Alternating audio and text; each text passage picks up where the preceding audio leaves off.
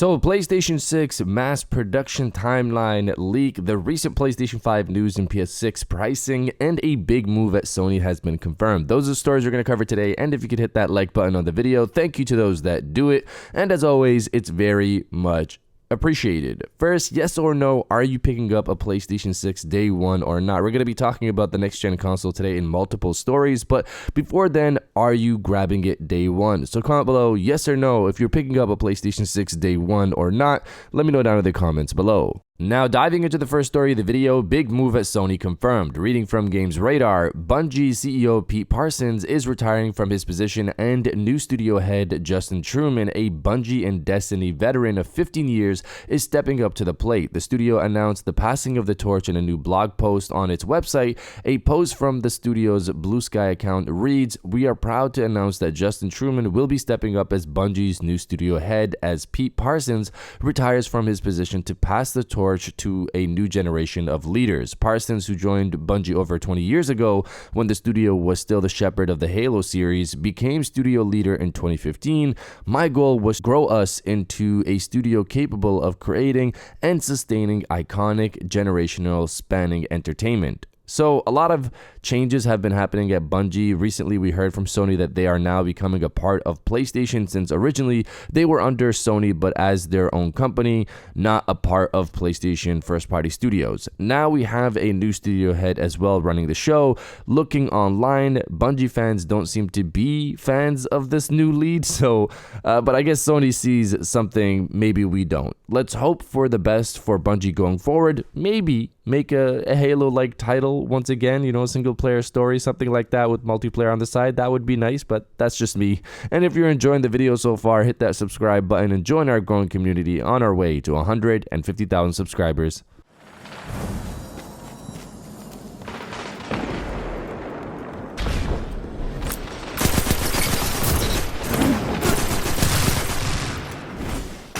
Now, diving into the second story of the video, the price of the PlayStation 6 and the recent news. So prior, we spoke about the potential price of the PlayStation 6 being $499 to $599. This was coming from leaker Moore's Law is Dead, who speculated this based off the specs he leaked for the PlayStation 6. Sony has now raised the price of the PlayStation 5 to $499 for the digital, $549 for the disc console, and $749 for the PlayStation 5 Pro. They were all raised by $50, which people are kind of missing since the story has just been Sony rose the price of their consoles like Xbox did, but Xbox is still more expensive.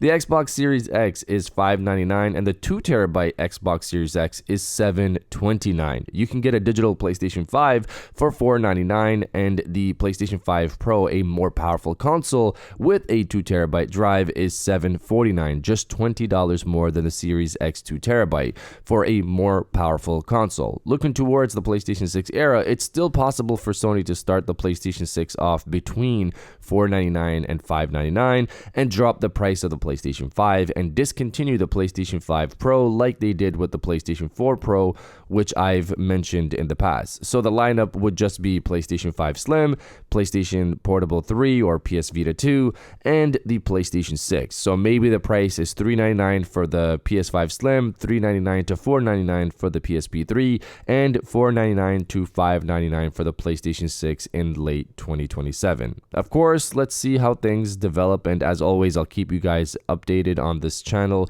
for what's going on with the next generation of PlayStation and of course the handheld side as well. But you guys let me know where you see the PlayStation 6 pricing landing. Let me know down in the comments below.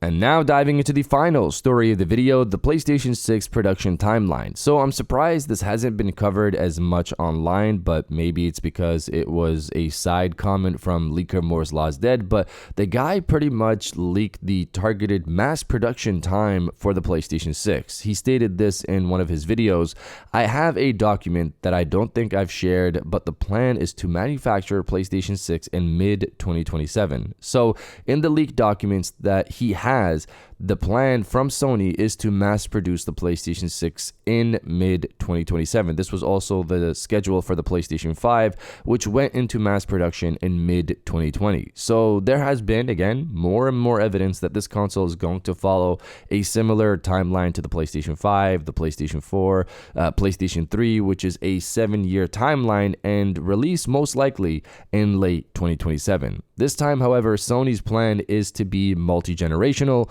and platform focused. This most likely means they're going to support the PlayStation 5, PlayStation Portable 3, and the PlayStation 6 alongside PC, and probably some games landing on the Switch 2 going forward, which we've seen with Lego Horizons on the original Switch.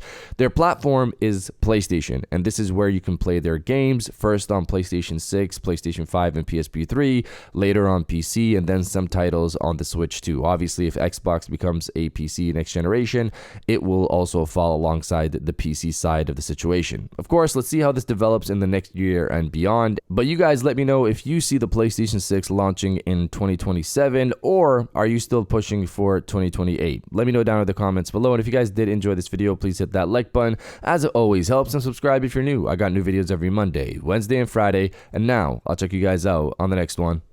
And welcome back to the after show. This is the part of the video where we have a little fun down in the comments below. If you're old, welcome back. If you're new, welcome. For today's thing, what I want you guys to do is to body, obliterate, destroy, and overall harass the comment section with "The weekend is here." The weekend is here, but obviously I'm still in Germany, about to go to my second day of Gamescom since I didn't get to go on Wednesday. I played a bunch of games yesterday already. I played Crimson Desert, and I've shared my thoughts on that over on X. If you want to see that, I've put over my preview with some gameplay, and I've replied to comments as well with people's questions. I've also played some other games as well yesterday. Toxic Commando, maybe I can get a preview of that over on X. I played SpongeBob, the next SpongeBob game as well, which was pretty fun.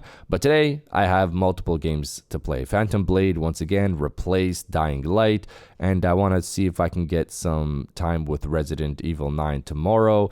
And we'll see what else I can get my hands on. But that's the situation. If you're excited for the weekend, destroy the comments section with "The weekend is here," and I'll definitely heart those comments like I always do, because I appreciate everybody who stays to the end of my videos. And now I'll check you guys out on the next one.